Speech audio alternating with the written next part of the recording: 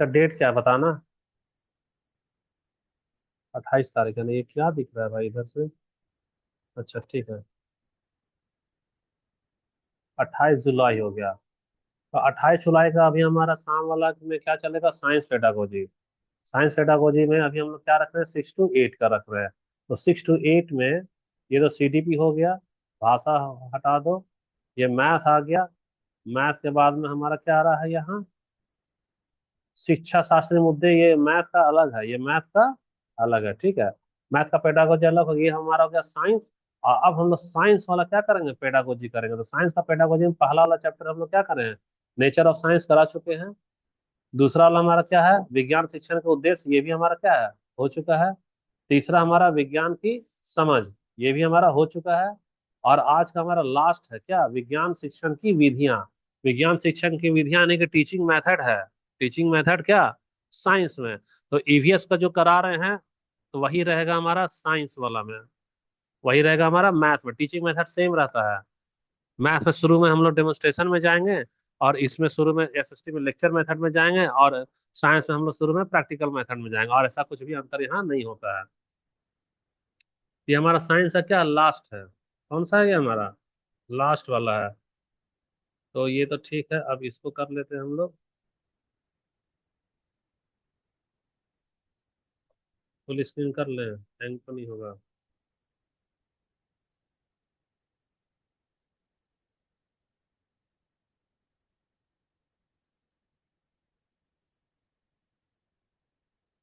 देखो, जानबूझ कर रखे हैं पीजीटी वाला में, कब कहाँ से क्वेश्चन पूछे, टोटल तो 5-6 ही हम लोग पढ़े थे यूनिवर्सिटी में। लेकिन अभी 11-12 का यहाँ तुम लोग को कोचिंग में पढ़ा दिए हैं, ताकि एक भी हमारा छूटे नहीं। कब किससे क्या पूछ जाए कहना मुश्किल है। और 11-12 इसलिए पढ़ाए कि कुछ मैथड सोशल साइंस में ही काम आता है, वो मैथ में नहीं। तो उसका 6, इसका 6 मिलाकर 12-11 हो गया। देखो, सबसे पहले टीचिंग मेथड ऐसा होना चाहिए कि उसमें डिफरेंस और उसमें क्या हो, लचीलापन हो। बच्चा अगर लेक्चर मेथड से नहीं समझ रहा, तो हम उसको डेमोन्स्ट्रेशन मेथड से समझाएंगे, हम उसको प्रैक्टिकल मेथड से समझाएंगे। मतलब एक ही मेथड पे अडिग नहीं रहना चाहिए। पहला वाला पॉइंट किसी को डाउट है? न, हाँ या ना, जल्दी जल्दी बोलो। नहीं डाउट है। दूसरा हमारा विधियों का संयोजन। एक सफल शिक्षक को किसी एक विधि पर निर्भर नहीं कर रहा है, एक ही क्लास में हम एक ही साथ।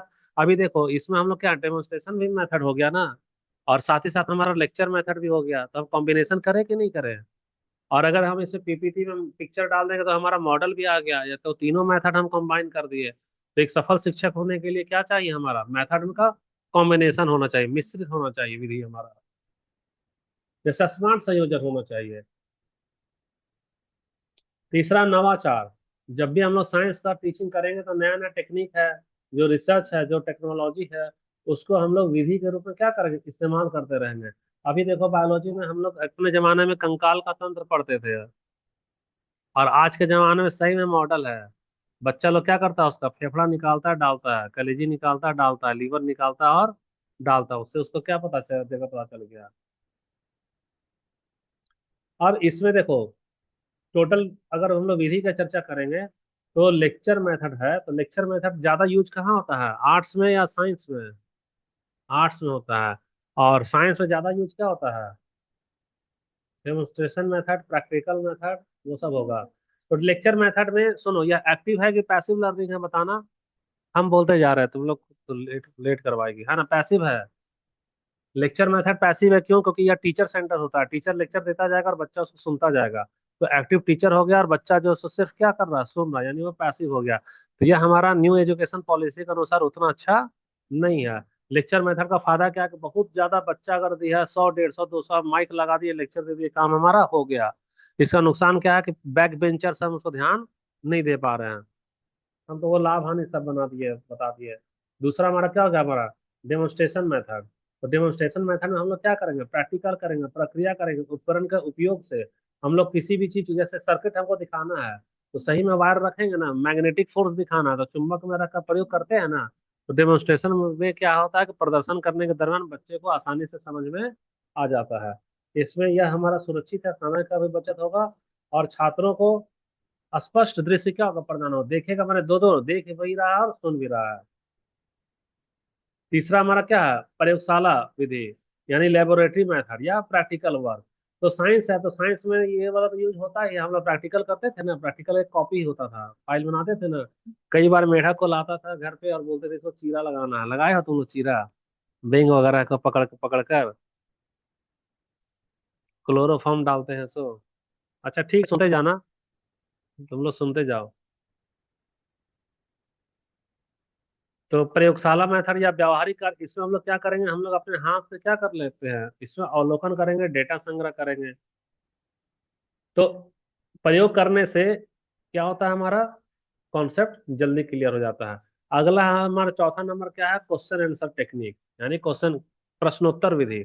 प्रश्नोत्तर विधि में हम पूछेंगे राम जी की पत्नी का नाम बताओ, तो सीता, है ना। फिर पूछेंगे सीता जी के ससुर का नाम बताओ, तो बताएगी। कहाँ की राजकुमारी थी, बताएगी।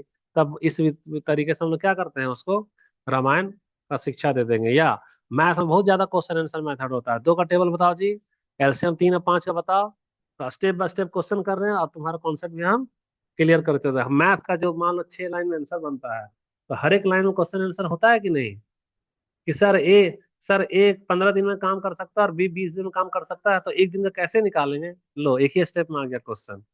तो चौथा हमारा प्रश्नोत्तर विधि हो गया हमारा। पांचवा हमारा क्या, डिस्कशन मेथड। डिस्कशन मेथड जैसे हम लोग एग्जाम का पहले डिस्कशन करते हैं, तैयारी करते हैं, ग्रुप स्टडी करते हैं ना।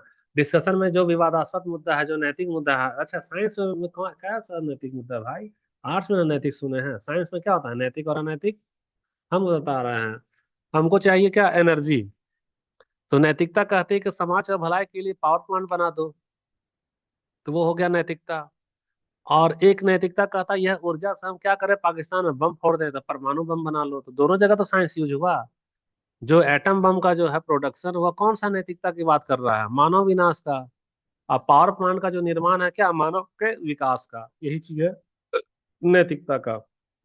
ये विचार विमर्श विधि हो गया। छठा हमारा क्या है, समस्या समाधान विधि, प्रॉब्लम सॉल्विंग मेथड। तो प्रॉब्लम सॉल्विंग मेथड में हम लोग क्या करते हैं, गणित का कुछ सवाल दे दिए, भौतिकी का सवाल दे दिए, रसायन का कुछ सवाल दे दिए, और हम लोग क्या बोलेंगे, तुम लोग घर में जाना और हल करके आना। हर एक बच्चे को होमवर्क मिलता है ना, 2 सवाल बना के लाना जी, नहीं बनेगा तो कहीं से हम लोग बनवाते थे ना। तो तो प्रॉब्लम सॉल्विंग मेथड में बच्चा हमारा क्या है, एक्टिव लर्नर है कि पैसिव लर्नर है, एक्टिव। टीचर वहाँ फैसिलिटेटर का काम करता है, तो ये भी हमारा अच्छा मेथड है। तीसरा हमारा सातवां हो गया तुम्हारा प्रोजेक्ट बेस्ड लर्निंग, यानी परियोजना आधारित अधिगम। तो जल चक्र का परियोजना बनाने के लिए दिया जाता है ना स्कूल में। एग्जीबिशन होगा तो बोलेगा ना कि वो क्या बोलते हैं, रेन हार्वेस्टिंग वाला बना के लाओ मॉडल, तो ये वाला मॉडल ला बना के, वो वाला मॉडल ला बना के। तो इसमें हम लोग छात्रों का कुछ समूह को क्या देते हैं, एक प्रोजेक्ट देते हैं। अब बोलते हैं इसमें तुम लोग मिल करके काम करना। तो अगर 50 बच्चा है तो 10-10 का ग्रुप बना के 5 प्रोजेक्ट दे दिए।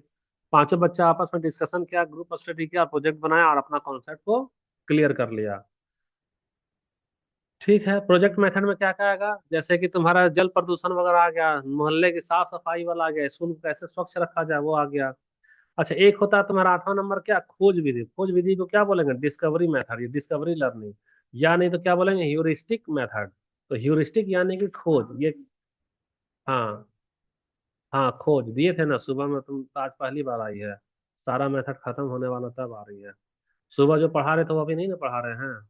क्यों, क्योंकि दोनों चीज सेम है ना, दोनों मिला करके रखे हैं यूट्यूब में। है, डिलीट नहीं किए हैं, वहां से निकाल करके लिख लेना कॉपी में। ठीक है, ये वाला भी उसी में जाएगा, तो बना करके लिख लेना अभी। तो खोज विधि में क्या होता है, छात्रों को स्वयं बोला जाता है कि आप प्रयोग करिए, अवलोकन करिए, डेटा का विश्लेषण करिए, या कोई भी सिद्धांत या नियम। देखो खोज विधि का सबसे अच्छा उदाहरण, तुम लोग मैथ बहुत टीचर से पढ़ी होगी, और किसी का चुटकी में ट्रिक है, और किस कहाँ ध्यान तेरा स्वाति, किसी का चुटकी में ट्रिक बन जाता, किसी का 5 मिनट में बनता है। अंतर क्या होता है पता है, यहाँ पर हमारा कौन सा चुटकी वाला ट्रिक है, एक टीचर क्या करता है, खुद से खोजता है स्टेप कैसे छोटा करे, स्टेप को कैसे छोटा करे, तो वह खोज लेता है कि नहीं यही तरीका से स्टेप हमारा छोटा होगा। तो ये वाला जो हुनर है वह बच्चे में भी विकसित होता है।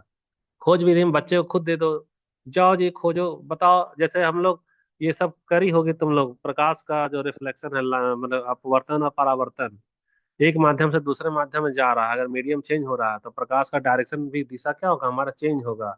Sign I equal to sine R, करी हो, पानी में डुबा देते थे और डिटॉल डालते थे, और इधर जो सो शीशा जार आता था, यहाँ लेजर का टॉर्च डालते थे, और उसमें डिटॉल का कारण ना रंगीन होता था, तो लेजर पानी में कुछ और जा रहा है और डिटॉल वाला पानी में कुछ और डायरेक्शन से जा रहा है। अगला है तुम्हारा क्या, स्टोरी टेलिंग मेथड। तो story telling method generally science में हमारा नहीं आता है काम, लेकिन कभी कभी rare of the rarest case में स्टोरी टेलिंग करते हैं। जैसे हमको न्यूटन के बारे में पढ़ाना पढ़ाना है, तो पहले का स्टोरी में बताए थे कि पेड़ के नीचे बैठा था, वह पेड़ किसका था, कटहल का कि सेब का? अगर कटहल गिरता तो न्यूटन कभी खोज कर पाता क्या, वो तो बेचारा ऊपर ही चला जाता। सेब का था, तो पहले कहानी बच्चे को समझाते कि नहीं, आर्किमिडीज वाला भी पहले समझाते हैं, तो ये भी यहाँ यूज होता है कभी। जैसे मान लो प्रकाश संश्लेषण हमको पढ़ाना है बायोलॉजी में, तो पूरा पेड़ का पहले कहानी बताती हो ना, पेड़ का कहानी बताती है, उसको हल्का सा ऐसे दबा दो, हल्का सा दबाना, देखना केक के जैसा उंगली अंदर मत डाल देना। हाँ ठीक है, स्क्रीन हुआ, मतलब कि बीप बीप कर रहा है। हाँ ठीक है, रुकना 1 मिनट।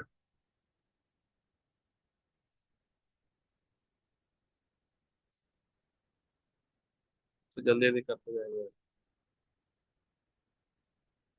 अच्छा, अब अगला वाला है देखो, e learning and technology integration. तो ई लर्निंग क्या होता है, नॉर्मल लर्निंग का मतलब गुरुजी जाएंगे, चौक को रगड़ेंगे बोर्ड में, और तुम लोग क्या करोगे, लिखोगे।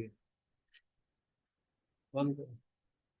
वो वाला क्या है नॉर्मल, और ई लर्निंग में हर कोई जूम में क्लास लेने लगा ना, या हम जो वीडियो तुमको दे दे रहे हैं यूट्यूब में, वो किसका एग्जाम्पल हो गया, ई लर्निंग हो गया। तो ई लर्निंग में हम लोग टेक्नोलॉजी को क्या किया, सेपरेशन किए कि इंटीग्रेशन किए हैं, मतलब एकीकरण किए हैं कि अलगाव अलग किए हैं। इंटीग्रेशन का मतलब एक करना, सेपरेशन का मतलब अलग अलग करना, एक ना कर दिए। जूम अलग है, मेरा लैपटॉप अलग है, राइटिंग पैड अलग है, हम सबको मिलाकर क्या कर दिए, एक स्टडी मटेरियल तैयार करके यूट्यूब में डाल दिए। तो एकीकरण ना हो गया, अब वो हमारा कैसा लर्निंग हो गया, ई लर्निंग हो गया। तो ई लर्निंग जब भी होगा हमारा, तो ये भी आजकल क्या है तुम्हारा टीचिंग मेथड में है। तो ई लर्निंग में क्या क्या यूज होता है, सिमुलेशन और एनिमेशन। तो सिमुलेशन और एनिमेशन में अंतर क्या है, बता सकती है? अरे हम खुद से सिमुलेशन करते हैं ना, जैसे अभी ग्राफ बताया था ना दिव्या, अब बोल रहे थे ना, ये वाला ऑब्जेक्ट है, ये यहाँ से सीधा यहाँ जा रहा है, ये वाला किस में आएगा, सिमुलेशन में आ रहा है। अभी हम ऐसे से पेन चला रहे हैं, किसमें है, सिमुलेशन में है।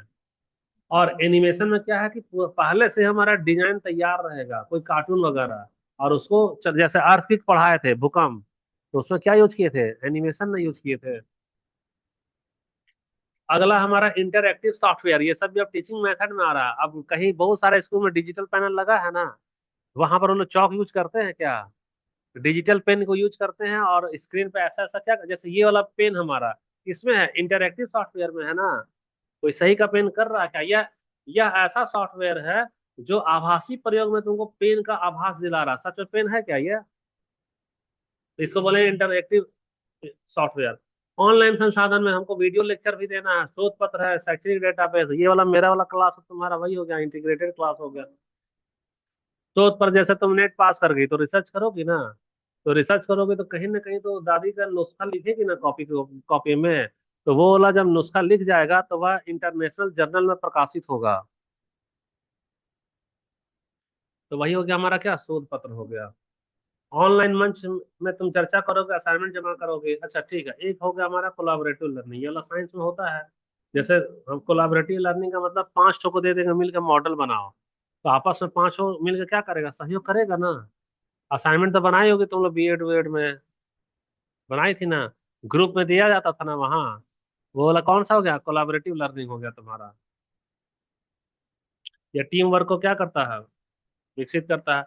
अगला है तुम्हारा मॉडलिंग और रोल प्ले। तो मॉडलिंग क्या होता है, भाई कोई भी मॉलिक्यूल है या कोशिका, उसका हम लोग क्या बनाते हैं, मॉडल बनाते हैं ना, और उसका हम लोग अच्छा रोल प्ले के माध्यम से भी समझाते हैं। रोल प्ले वाला तो बच्चे लोगों में ज्यादा करवाता है, चोर का पुलिस का तो आर्ट्स में करवा देते हैं, और साइंस में क्या करवाते हैं, पौधा वाला तुम लोग स्टार्च बनाई है, जाके पत्ता काट के ले गई है किताब में दबा करके कॉपी में, और 1 महीना बाद में फाइल में लगाई है, तो उसका बीच का रेसा रेसा दिखता है ना, करी थी ने वो सब मॉडल में आ गया।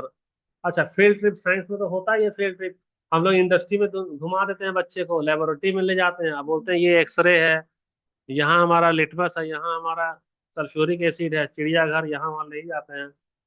ये तो हमारा क्या आ गया, विधि हो गया कौन सा, पढ़ाने के लिए, यह शिक्षण विधि है। तो क्या शिक्षण मूल्यांकन के बिना होता है क्या?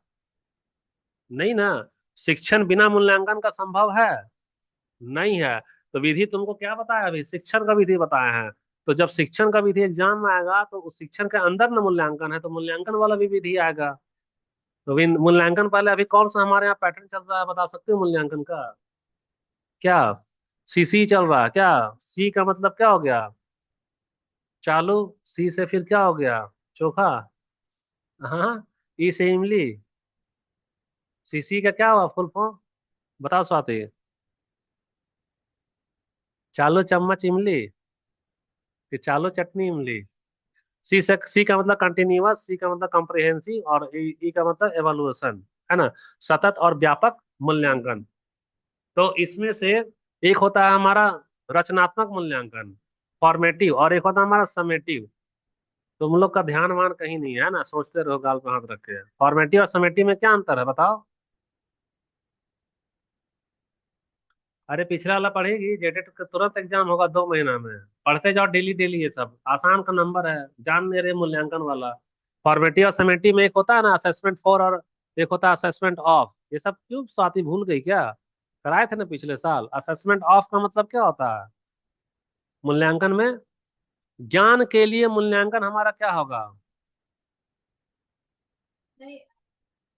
Assessment for learning. हाँ। और अधिगम कितना हुआ है इसको जानने के लिए हम लोग करते हैं, तो क्या ऑफ लर्निंग होता है। ये सब करो, टाइम नहीं है।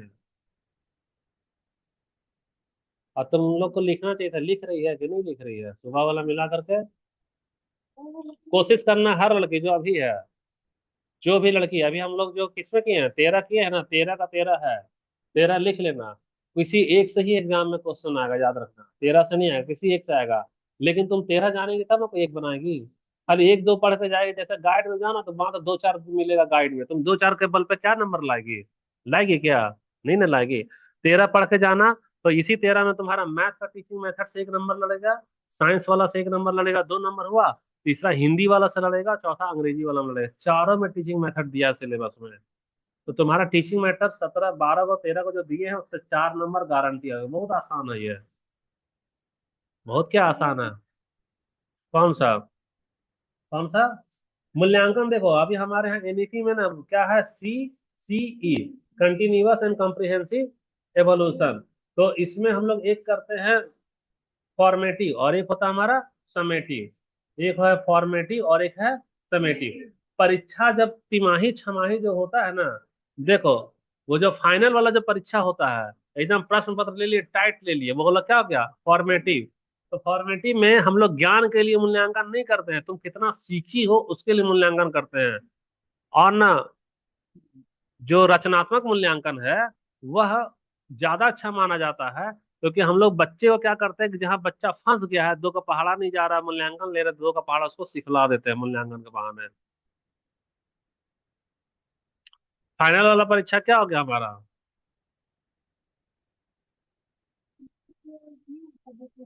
हाँ। नहीं, वीकली टेस्ट, मंथली टेस्ट, है ना, 10 नंबर वाला टेस्ट, कॉपी वाला टेस्ट। हाँ।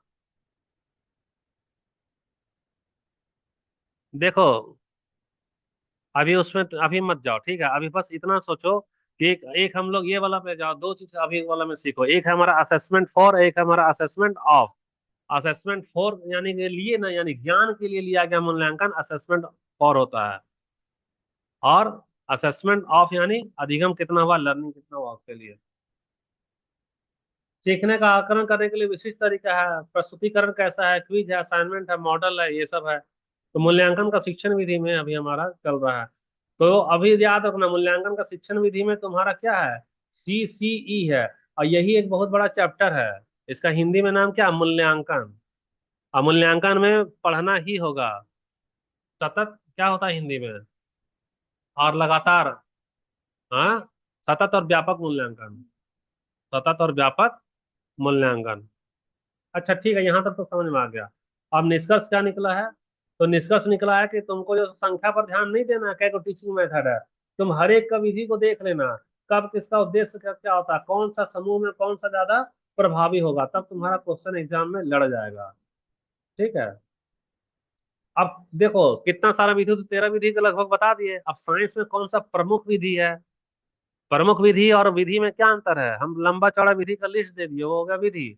साइंस में जो यूजफुल है वो क्या होगा, प्रमुख वाला विधि। तो साइंस में जो यूजफुल है क्या क्या आएगा, देखना जरा।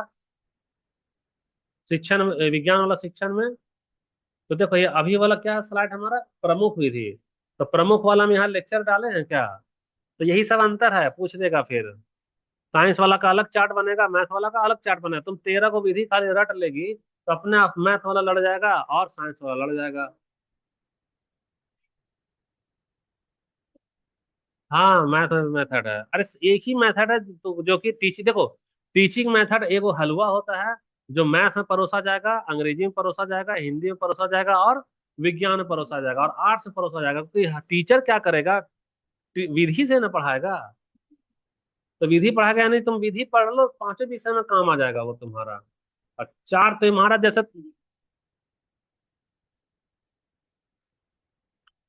सिलेबस में दिया है, कोई सिलेबस तो जल्दी देखता नहीं ना, तुम्हारा जेटेक में भी दे दिया है सिलेबस में।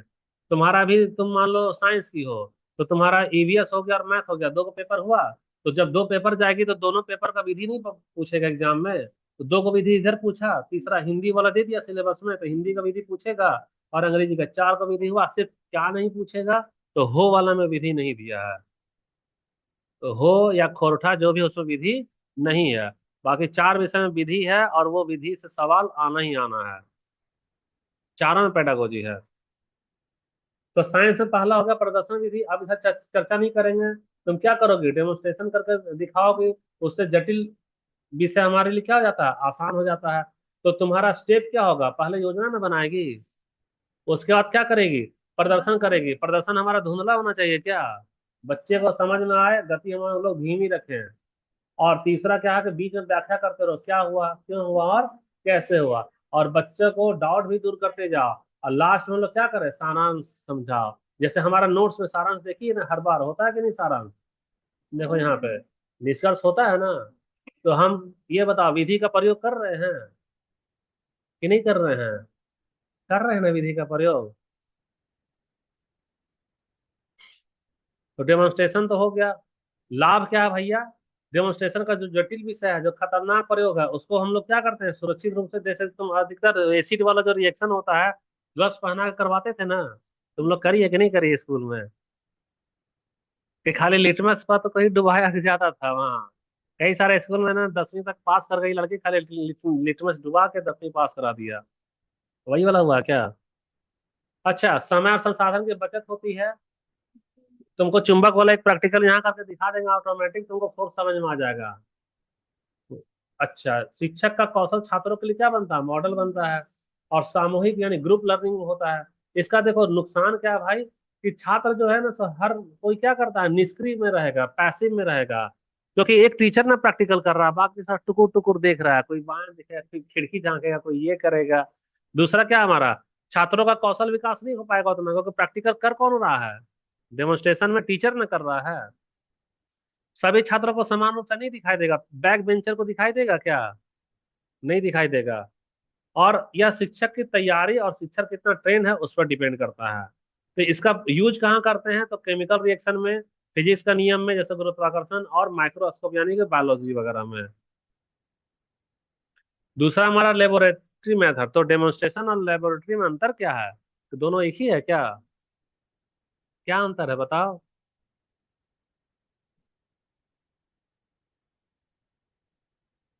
देखो छात्र जो है सर लेबोरेटरी जाएगा और ना निर्देश यानी गाइडेड प्रैक्टिकल करेगा। यानी कि सुनो, जो डेमोन्स्ट्रेशन में टीचर फैसिलिटेटर नहीं होता है, टीचर एक्टिव रहता है और वो खुद डेमोन्स्ट्रेट करेगा, और पैसिव में बच्चा रहेगा। और जो प्रैक्टिकल विधि है, इसमें लेबोरेटरी जाएगा, टीचर गाइड करेगा और टीचर फैसिलिटेटर रहेगा, और बच्चा खुद से प्रयोग करेगा। यही मेन अंतर है, इसमें पैसिव में टीचर हो गया और एक्टिव में कौन हो गया, स्टूडेंट हो गया। तो लेबोरेटरी वाला चाइल्ड सेंटर्ड हो गया और डेमोन्स्ट्रेशन वाला टीचर सेंटर्ड हो गया। बहुत सारा चीज बता दिए जो कि यहाँ नहीं डाले हैं। नहीं तो नोट्स और लंबा हो जाएगा।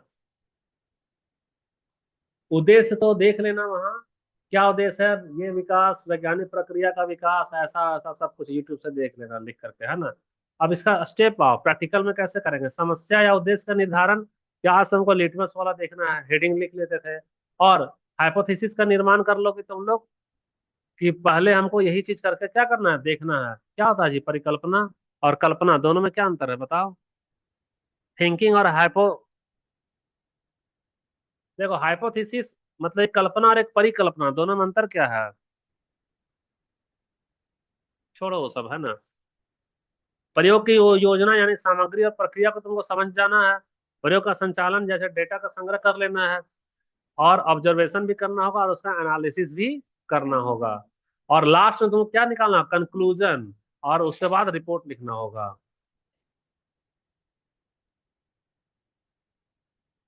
हाँ, तो ये देखो, सबसे पहले तो तुम्हारा क्या होगा, समस्या या लक्ष्य का निर्धारण, गोल का डिसीजन होगा।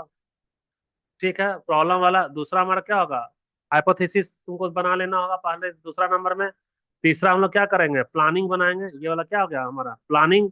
और चौथा वाला हमारा हम लोग क्या करेंगे, प्रैक्टिकल करेंगे। और ये वाला हमारा क्या होगा, ऑब्जर्वेशन एंड एनालिसिस। और लास्ट में क्या होगा हमारा, कंक्लूजन एंड रिपोर्ट। कंक्लूजन लिखोगी ना। तो लाभ क्या है प्रैक्टिकल से, यह एक्टिव, ये सब तो हम तुमको बता ही दिए थे, बच्चा एक्टिव रहेगा, खोज की भावना रहेगी, और हाथों हाथ कौशल उसका विकास होगा बच्चे में।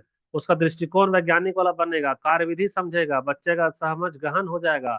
अच्छा, ज्ञान का स्थायित्व का क्या मतलब होता है। सुनो हम बता रहे हैं तुमको, हम 10 दिन पहले मैथ पढ़ाए थे। वह स्थायी ज्ञान नहीं होता है, क्यों, वह क्षणिक ज्ञान होता है। तुम सीखी है मैथ, 2 दिन बाद क्या करी, भूल गई।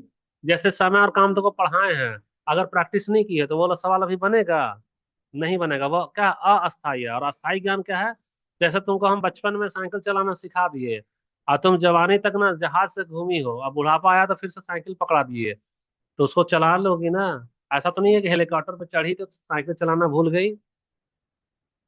तो प्रैक्टिकल करके जो सीखा गया ज्ञान है वह क्या होता है, स्थायी तो होता है। अच्छा, दिमाग में मेमोरी होता है, ये तो सुनी होगी, मांसपेशी में भी तो मेमोरी होता है। उसी ने एक एग्जांपल बता रहे थे ना, कि व्हाट्सएप में चैटिंग, इधर बात कर रहे इधर चैटिंग होता है, लैपटॉप में हम टाइपिंग कर रहे थे, तुम्हारे तरफ देखते हुए टाइप कर लेते हैं। तो हमारा जो दिमाग में मेमोरी है, साथ ही साथ मांसपेशी में भी क्या होता है, मेमोरी होता है। वह अक्षर को पहचान लेता है। तो वो वाला जब जाग जाता है तो उसको हम लोग क्या कहेंगे, ज्ञान का स्थायीकरण। वह हमेशा याद ही रहेगा। यही वजह है कि जब तुम स्कूटी नहीं चलाई होगी ना, तो तुमको लोग सिखाएगा कि ये एक्सीलेटर है और ये वाला ब्रेक है। तुमको हर कोई बताएगा कि ये वाला एक्सीलेटर है, और जब ठोकर आएगा तो ब्रेक मारना, इसका अभ्यास होगा। और जब तुम चलाने लगोगी तो देखना, कंधा पे मोबाइल दबा के लोग बात कर रहा है, ध्यान हमारा कहीं बात में है, फिर भी वो बायां मुड़ गया, दायां मुड़ गया, ब्रेक भी मार लिया। क्यों, तुमको क्या लगता है वो दिमाग ऑर्डर दे रहा है।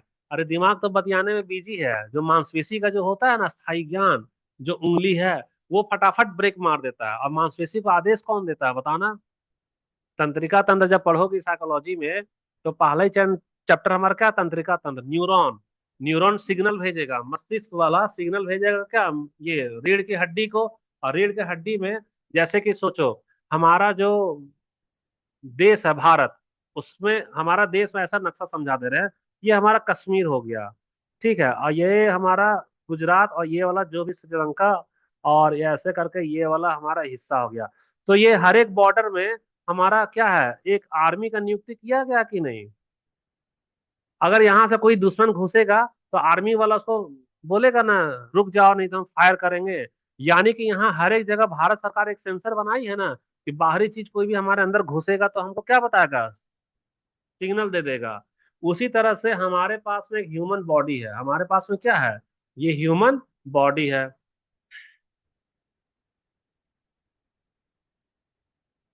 जो भी हो, पता नहीं इतना गंदा कैसे बन गया, हम लोग ठीक ही बनाते हैं। अच्छा, छोड़ो, टाइम नहीं बर्बाद करना है ना। तो ये हमारा हाथ हो गया इसका। अब क्या होता है, इसके अंदर में जो मस्तिष्क है, वह ना न्यूरॉन के रूप में सिग्नल भेजता है। और हमारे यहाँ जो मांसपेशी है ना, सब मांसपेशी में न्यूरॉन का कंट्रोल रहेगा। और जो रोम रोम जो दिखता है ना, तुम्हारे पीठ पे मच्छर बैठा है, तुम बात कर रहे हो, अचानक से हाथ को पीछे ले जाएगी, और पट से वैसी जगह वही जगह मारेगी जहां मच्छर काट रहा है। तो तुमको कौन ऑर्डर दिया? न्यूरॉन। पूरा उसका कोऑर्डिनेट बता देता है कि पीठ में बायां में इतना ऊपर को हाथ रखना है, वह क्या करेगा? चांटा लगाना, मर जाएगा। तो जो न्यूरॉन है हमारा, वो सिग्नल को क्या करता है? भेजता है। जो हम लोग जो गाड़ी वाड़ी जो चलाते हैं ना, तो हमारा ज्ञान का स्थायीकरण हो जाता है। जो हर एक मांसपेशी है कि कहाँ ब्रेक लगाना है, क्या करना है, दिमाग जब तक सिग्नल भेजेगा तब तक वो न्यूरॉन क्या बोलता है? अरे भैया आप मोबाइल में बिजी हैं, अच्छा ठीक, आप बात करिए ना, हमको मालूम है कि अभी आप इसको देखिएगा ना, तो आप बोलिएगा कि ब्रेक मारो, तो आपका आदेश का हम इंतजार नहीं करेंगे, हम पहले से ही पालन कर ले रहे हैं। तो न्यूरो साइंस में दिमाग से आदेश देगा, इसके पहले ही मांसपेशी क्या करता है? उस आदेश को मान लेता है, ये समझ करके कि हर हाल में यह आदेश दिमाग वाला लेना है। तो इस घटना को कहेंगे ज्ञान का अस्थायीकरण। जैसे कि मान लो तुमको रात हो जाए और पीठ के पीछे ना कुछ ना छिपकली को गिरा दे, तो तुमको पहली बार में दिमाग ना आदेश देगा, करे कोई खतरा का चीज है, भागो और चिल्लाते हुए भागो। तो तुम दिमाग का आदेश को प्राप्त करने के बाद चिल्लाते हुए क्या करेगी? भागेगी। लेकिन एक दो बार और ऐसा गिरा देगा छिपकली, तो दिमाग आदेश देगा, इसके पहले ही तुम्हारा हाथ क्या ऐसा देखिए कभी? या करंट का झटका खाई है? जहां टच हुआ है, तो जब तुमको करंट में टच हुआ, तो तुमको क्या लगता है कि दिमाग का न्यूरॉन ऑर्डर देगा कि शशि बिजली का झटका लग रहा है, हाथ को पीछे करो? ऐसा नहीं। जब तक वह ऑर्डर देगा तब तक मांसपेशी क्या करेगा? ज्ञान का स्थायीकरण के कारण खुद ही एक्टिव होकर हाथ को तुम्हारा पीछे खींच देगा। तो हमारा ये वाला क्या होता है? कौन सा था? ज्ञान का स्थायित्व होता है। कैसे? प्रैक्टिकल वाला मेथड से। सीमा क्या भाई? तो हमारे पास हमेशा प्रैक्टिकल कराने का संसाधन उतना नहीं है, बहुत ज्यादा समय भी लेगा। और छात्र कोई कोई बेवकूफ भी होता है, कोई कोई तेज भी होता है। तेज वाला सीख जाएगा, बेवकूफ वाला बुद्धू बना रहेगा। और इसमें सुरक्षा संबंधित, हाँ। लो, कहाँ गया मोबाइल? लो बेटा, लो ले जाओ।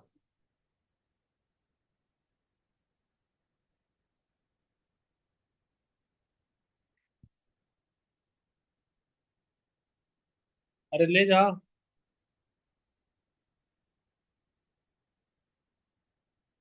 अच्छा ठीक है। लो, टाइम भी हो रहा है, यहाँ रिकॉर्डिंग भी कर रहे हैं। लो, लो बेटा लो। लो, कक्का देखेगी? लो देखो, बाबू का कक्का, हाँ। नहीं लेगी मोबाइल तो फेंक दिए क्या था वाला? वही है ये। लो।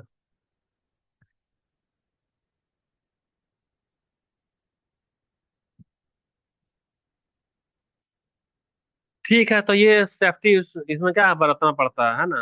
अब अगला वाला हमारा क्या है? ह्यूरिस्टिक मेथड, यानी कि खोज विधि। तो खोजो और सीखो। तो छात्र स्वयं समस्या का समाधान खोजने की प्रक्रिया में क्या करते हैं? ज्ञान को अर्जित करते हैं। तो हम लोग जब होमवर्क देते हैं तो बच्चा स्वतंत्र चिंतन करता है ना। कुछ भी छोटा छोटा बच्चा को देखना, बोल देगा आम का पेड़ या आम और सेब बना के लाना, बच्चा खुद से पेंसिल से हरा तिरछा बनाएगा, अपनी माँ से पूछेगा मम्मी ठीक बना है ना ये वाला आम? तो इससे क्या होगा? हमारा जी उसका क्षमता बढ़ेगा, जिज्ञासा बढ़ेगी और खोज की भावना का विकास होगा। चरण में सबसे पहले तो समस्या ही आएगा। उसके बाद में दूसरा वाला में क्या आएगा? जानकारी इकट्ठा करेगा। तीसरा वाला में हाइपोथेसिस बना लेगा वो। चौथा वाला में क्या पहुंचेगा? कंक्लूजन में पहुंच गया। और पांचवा वाला में क्या पहुंचेगा? कंक्लूजन को शेयर करेगा और डिस्कस करेगा। लाभ क्या है? तुम्हारा कॉन्फिडेंस बढ़ जाएगा ना। तुम दूसरे के ऊपर निर्भर नहीं ना रहेगी, असाइनमेंट खुद से बना लेगी। कभी असाइनमेंट देखी है दूसरा आदमी तुमसे बनवा लेगा? और कोई कोई होता है खुद का असाइनमेंट खुद से ही बना लेता है। इसमें तुम्हारा विश्लेषणात्मक और समीक्षात्मक दोनों के बारे में थोड़ा सा अंतर है। क्या है विश्लेषण और समीक्षा?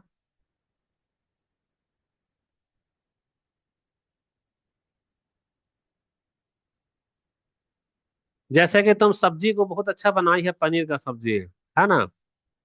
तो पनीर का सब्जी बनाई है, पार्टी बनाई है बर्थडे का यहाँ, और अपने मोहल्ला में गई है। तो मोहल्ला में गई तो कुछ तो चर्चा चला होगा ना, कि खीर अच्छा था कि पूरी अच्छा था कि सब्जी अच्छा था कि कम था कि ज्यादा था। हाँ। तो गुण और दोष का चर्चा करना हमारा क्या कहलाएगा? समीक्षा। क्या कहलाएगा? समीक्षा। और विश्लेषण में मान लो अगर स्वाति बनाई है पनीर का सब्जी, तो ये उसका विश्लेषण कर रही है, बनाते बनाते थोड़ा देख रही है नमक ज्यादा है कि कम है, हल्दी ज्यादा है कि कम है, हर चीज का हर स्टेप का बारीकी से निरीक्षण हमारा क्या हो गया? उसका विश्लेषण हो गया। और समीक्षा यानी कि गुण और दोष वाला। यह ज्ञान, इससे प्राप्त ज्ञान क्या होगा, गहरा और स्थायी होगा। और ये रचनात्मकता और नवाचार को प्रोत्साहन मिलेगा। रचनात्मकता यानी क्या होता है, क्रिएटिविटी बढ़ेगा। देखो, नुकसान क्या है कि यह बहुत ज्यादा ना समय लेगा। अच्छा ये बताना, ह्यूरिस्टिक का नुकसान में सबसे पहला याद रखना कि यह बहुत ज्यादा समय लेगा, सभी छात्रों के लिए समान रूप से प्रभावी नहीं होगा, कमजोर बच्चा नहीं बना पाता है। शिक्षक को उस उच्च स्तर के कौशल और धैर्य की आवश्यकता चाहिए, क्योंकि बुद्धू बच्चा नहीं बना रहा है तो उसे इंतजार करना होगा ना। पाठ्यक्रम को पूरा ही नहीं कर पाएगा, दे दे जा रहा, खोज करने में 6 महीने लगा दिया है। हो पाएगा, नहीं हो पाएगा। इसका यूज कहाँ करते हैं खोज वाला में, ऐतिहासिक वैज्ञानिक खोजों की प्रक्रिया को समझना, जैसे रदरफोर्ड का परमाणु मॉडल, तो वो कैसे किया था, खोज ही ने किया था। ठीक है, उसके बाद में प्रॉब्लम सॉल्विंग मेथड, तो प्रॉब्लम सॉल्विंग बहुत बच्चा है भाई, 10 पन्ना बच गया है। कितना टाइम हो रहा है अभी, 40 मिनट इसी में हो गया है। कल करें क्या? हाँ, 17 पेज तक हुआ है या और भी? अभी 17 है ना, 10 27, ठीक है, लगातार कर ही देते हैं, हटाओ इसको, ये खत्म ही कर देते हैं। प्रॉब्लम सॉल्विंग मेथड क्या होता है, बता सकती हो? छात्रों को एक वास्तविक या काल्पनिक वैज्ञानिक समस्या दी जाती है, वास्तविक या काल्पनिक, जिसे वे तार्किक, देखो ये वाला मैथ में ज्यादा होता है यूज, बताए कैसे। तुम्हारे पास में ना एक सर्कल, या मान लो तुम्हारे पास में एक दिया रहेगा, ऐसा करके क्या दिया रहेगा, यहाँ लिखा है 10, यहाँ 10, यहाँ 10 और यहाँ 10। अब बोलेगा ना कि आप इसका क्या करो, सेंटर निकालो, क्या निकालो, सेंटर। तो सेंटर निकालो, यार इसके लिए क्या हो गया, समस्या ना हो गया। अब बच्चा क्या करेगा, तो कुछ बच्चा क्या करेगा, बोलेगा 10 है ना, तो इधर से हम लोग जाएंगे 5, तो यहाँ चला गया 5, और इधर से भी जाएगा क्या, 5, तो 5, तो बोलेगा ये वाला हमारा क्या होगा, सेंटर हो गया। अब कुछ बच्चा क्या बोलेगा, बोलेगा एक काम करते हैं, ये 10 रहे या 20 रहे, कोई मतलब नहीं है, हम क्या करेंगे, इसका कोना कोना सा ऐसा लाइन खींचेंगे और इसका कोना कोना सा ऐसा लाइन खींचेंगे, जहां पर मैच करेगा वही हमारा क्या होगा, सेंटर होगा। तो अलग अलग तरीका आया ना, अलग अलग तरीका है। अब देखो यही सब मेथड में तुम्हारा कुछ तो मैथ वाला में आ रहा है, काम आ रहा है। उसमें फील करेगा बच्चा प्रॉब्लम को, इसमें तार्किक चिंतन होगा, विश्लेषण होगा, निर्णय लेने की क्या होगी, क्षमता। कई बार देखो नोट्स में बनाते हुए देखना, तुम लोग को ना पन्ना नहीं छोड़ पाएगी, समझ नहीं पाएगी, हम 2 पन्ना छोड़ेगी, 4 पन्ना, फोन करके पूछेगी सर ये वाला चैप्टर के लिए कितना पन्ना छोड़े। और कुछ लड़की क्या करेगी, अपने से अंदाजा लगा के इतना ही पन्ना छोड़ेगी। हुआ है तुम लोग के साथ कभी ऐसा? तो समस्या समाधान विधि में सबसे पहले लर्निंग बाय डूइंग वाला होगा, कौन दिए हैं, जॉन डीवी दिए हैं। कौन दिए हैं, John Dewey. Learning by doing यानी बच्चे को बोलेंगे कि वह अनुभव करे कि क्या हमारा प्रॉब्लम है, उसका प्रॉब्लम को क्या करे, डिफाइन करे, और डिफाइन करने के बाद वह फॉर्मुलेट करे किसको, हाइपोथेसिस को, परिकल्पना को क्या करे, बनाए, और वह टेस्टिंग करे हाइपोथेसिस को कि वह परिकल्पना जो बना रहा है वह सही है कि गलत है। एक मैथ को 4 तरीके से बनाया जाता है कि नहीं बनाया जाता है, वह किस पे होता है, हाइपोथेसिस पे ही नहीं होता है। कि समय और काम वाला में बुक का मेथड अलग रहता है और हमारा मेथड अलग रहता है, फिर उसको हम लोग टेस्ट करते हैं ना कि ये है कि नहीं है। और सेकंड लास्ट क्या, हम लोग समस्या का समाधान ढूंढेंगे और निष्कर्ष निकालेंगे, और लास्ट में जो भी निष्कर्ष निकला है उसको वेरिफिकेशन करेंगे और जनरलाइजेशन। देखो अब यही सब तो चीज है। क्या होता है जनरलाइजेशन, सामान्यीकरण क्या होता है। देखो सुनो, न्यूटन के माथे पे सेब गिरा, तो वह सोचा खाली मेरे ही माथे पे सेब गिरा है, 10 आदमी को बिठा दिया, 10 बार सेब को हिला, तो 10 बार से 10 आदमी के ऊपर में गिरा, तब सोचा न्यूटन, अरे यह ना सामान्यीकरण है, सेब खाली मेरे माथे पे नहीं गिर रहा है, पेड़ से टूटा हुआ सेब हर एक के माथे पे गिर रहा है। दूसरा है सामान्यीकरण, मान लो हम पढ़ा रहे हैं, तुम लोग गली पे देख रही है, और ये एक दिन नहीं हुआ, ये 2 दिन नहीं हुआ, लगातार 10 दिन हो रहा, तो ये क्या होगा, धीरे धीरे सामान्यीकरण में जाएगा। क्या जाएगा, कि पढ़ाते समय अगर सड़क पे कोई चलता है और यहाँ सामने में पर्दा नहीं लगा है, तो ध्यान तुम्हारा कहाँ जाएगा, बाहर जाएगा। वह क्या सिद्धांत हो गया, सामान्यीकरण हो गया।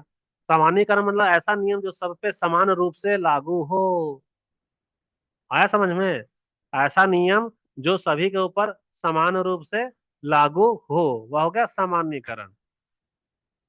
जैसा हम लोग बोलते हैं गुड मॉर्निंग, अब ये सामान्यीकरण है कि नहीं है, अपने टीचर को देखते हैं तो बोलते हैं ना गुड मॉर्निंग, वो हमारा क्या होगा, सामान्यीकरण। दूसरा सामान्यीकरण, माँ बाप को गुड मॉर्निंग भले मत बोलो, व्हाट्सएप में ग्रुप वाला सर्किल में गुड मॉर्निंग का मैसेज भेजती है, यह सामान्यकरण हो गया, माँ बाप को कोई इज्जत नहीं रहा, पहले दोस्त वाला में भेज दो गुड मॉर्निंग, होता है कि नहीं है। अब ये किस में चला गया, सामान्यकरण में चला गया। यही सब में टाइम मेरा बर्बाद हो जाता है हल्का हल्का सब समझाने में। लाभ क्या है प्रॉब्लम सॉल्विंग का, वास्तविक जीवन की स्थिति से जुड़ा हो जाता है, तार्किक क्रम में चिंतन का विकास होता है। अब चिंतन विंतन क्या है ये सब, पहले कल्पना है कि पहले चिंतन है कि पहले परिकल्पना है। हाँ। समाधान के लिए रचनात्मक दृष्टिकोण आता है, सहयोगात्मक अधिगम को बढ़ावा मिलता है। इसका नुकसान क्या है भाई, सभी विषय वस्तु इस विधि का अनुकूल नहीं है। हम बोलेंगे हल्दी घाटी युद्ध पढ़ना है, जाओ जाके जी हल्दी घाटी खोजो, तो कोई तलवार का टुकड़ा है क्या खोज के लाओ, उसको कोई मिलेगा। डायनासोर पढ़े बोलेंगे डायनासोर का अंडा खोज के लाओ, मिलेगा, नहीं ना मिलेगा, कभी नहीं मिलेगा, हर एक में यूज नहीं है, काफी ज्यादा इसमें टाइम लगेगा। और शिक्षक को समस्या चयन करने में दिक्कत होता है, उसको कुशल होना चाहिए और गाइडेंस भी अच्छा देना चाहिए, और छात्रों में कॉन्फिडेंस होना चाहिए और प्रीवियस नॉलेज होना चाहिए। हम तुमको पाइथागोरस पढ़ा रहे हैं, तुमको स्क्वायर और स्क्वायर रूट आता ही नहीं है, तो कैसे निकाल लेंगे पाइथागोरस। ये वाला कहाँ है समस्या समाधान वाला, यूज कहाँ करती है, पानी बचाने का मॉडल बनाओ जी, तो रेन हार्वेस्टिंग का मॉडल बन जाता है ना। घर के बगल में लोग गड्ढा खोद के पानी गिरा देता है, छत वाला होता है ना ऐसा, ये वहां पे यूज हो रहा है। वैज्ञानिक खोज के पीछे की समस्याएं, बीमारी कैसे आया, कोरोना कैसे आया, खोज विधि से निकाल लेता है, क्या क्या टेक्नोलॉजी में ये आ रहा है, तो वो समस्या समाधान भी देता है। ये वाला क्या हमारा इंक्वायरी मेथड, बाप रे बाप 19 है, 10 पेज बचा हुआ है, क्या कर रहे हैं। आज के लिए इतना ही है ना, आज के लिए इतना ही करो, फिर हम लोग नेक्स्ट क्लास में ये वाला कर लेंगे। तो ये वाला ईवीएस में भी काम आएगा, मैथ में भी काम आएगा, सब में काम आएगा, इसको कर लेना तुम लोग।